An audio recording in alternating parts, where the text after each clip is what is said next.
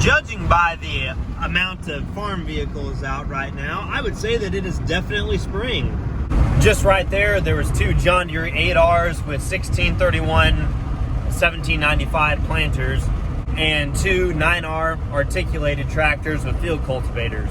I made a trip to Water Salvage outside of Palmyra, Missouri, and I picked up these minty 4320 fenders for my grandpa's 4320. I paid for them, Grandpa did not. So Grandpa, if you're watching, you didn't buy these, it was me. Yes, I know they look like crap. After all, there is a reason that they were only like $250. A nice set of fenders like that go for like $500 or $600. And that tractor's gonna get a paint job at some point in time, so may as well get a set that's really ugly and can be fixed. I also came home with another thing. It's an 806 side panel. I know I'm not an international man, but I thought it looked kind of neat. And I put it with my Oliver side panel on my John Deere name strip. Dad's taking the 8345R to the dealer to get our new bean planter. And I take the mower and I'm gonna go, you guessed it, I'm gonna go mow. I'm mowing up here at this old house. Unfortunately, all the trees at this place are also kind of old, and you get this, sticks. That means we gotta pick up the sticks.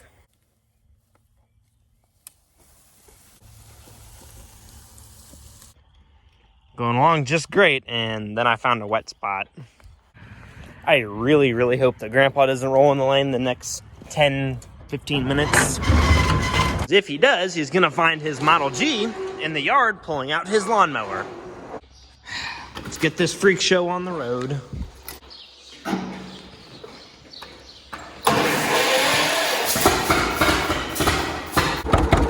Usually when the John Deere Model G comes out, it's for fun and not for, you know, getting a mower stuck. I really, really hope that my grandpa doesn't come home and see what I'm doing right now, but I know with my luck that he will. Solid ground is like a foot away. That's it. I can't forget to turn my lamp into the light position. Yep, solid ground right here. This, however, is not solid, as I have found out. Oops. Got the lawnmower stuck.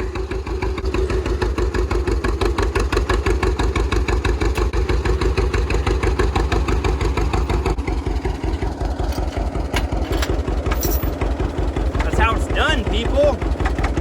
Call John Deere G when you're stuck. No problem.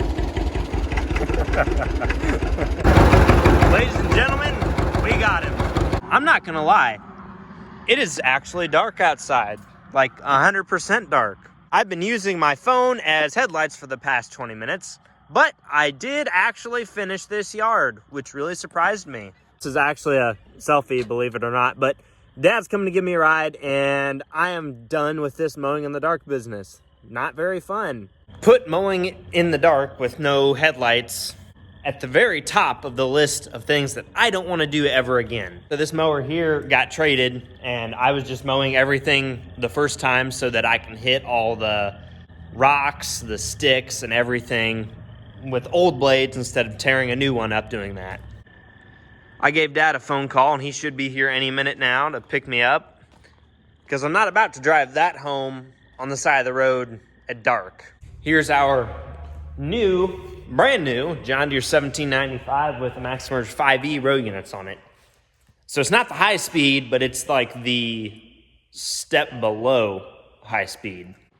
It never fails that the Young Farmers Auction here in Palmyra, Missouri is on the worst possible day of the year.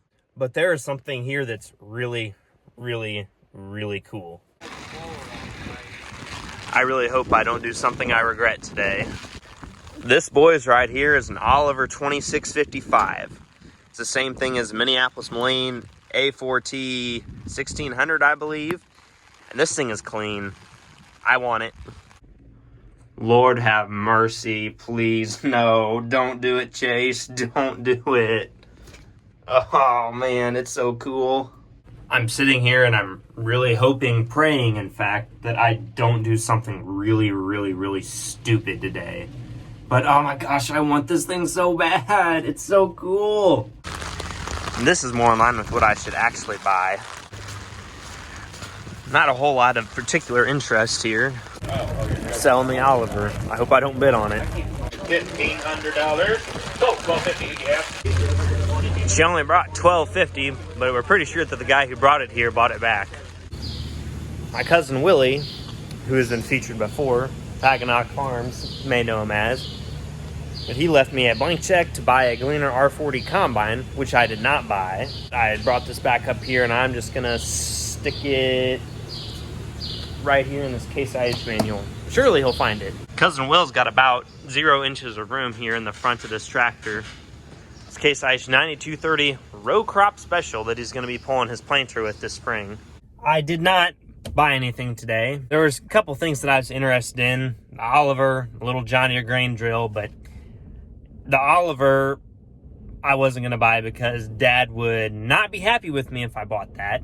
The John Deere grain drill I bid on until about $650, and I said, yeah, I don't need it that bad. It's a Gleaner R40 combine with a 15-foot flex head that my cousin Will wanted me to bid on, and the starting bid was his max bid, so obviously we didn't buy that. I will tell you one thing that I did buy recently is this. This is a 1911 Colt Police Positive Special in 22 long rifle. It's in fairly decent shape. I mean, it is a 110-year-old gun, so that it can only get so nice. Pew! Pew! May, is this not just precious?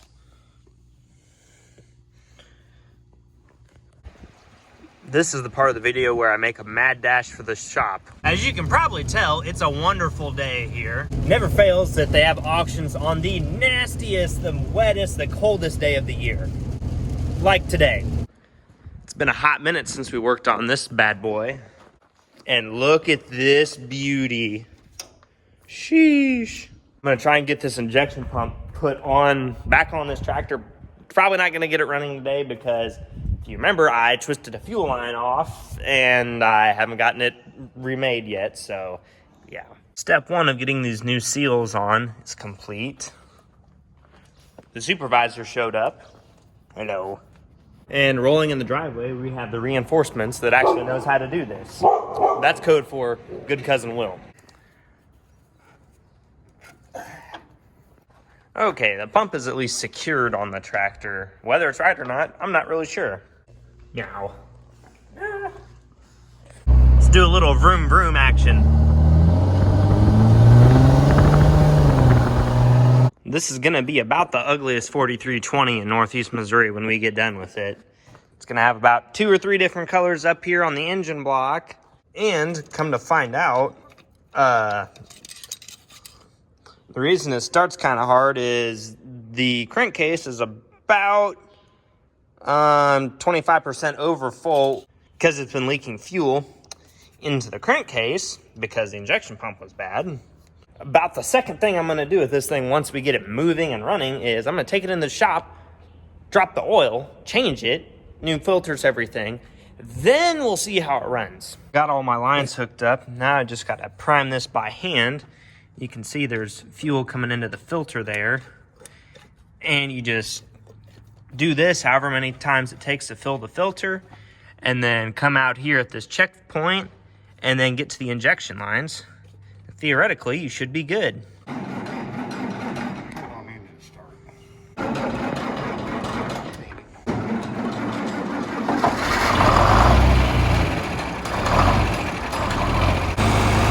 I think we got her. So it runs now. However, when it's running, the brakes do not move, as in they're all the way depressed and you can't even move the tractor. Sadly, it's 5:30 on a Sunday, and guess who gets to go back to Columbia for the week? This guy. So thanks for watching. I hope you enjoyed it. Subscribe if you did, and catch you guys on the next one.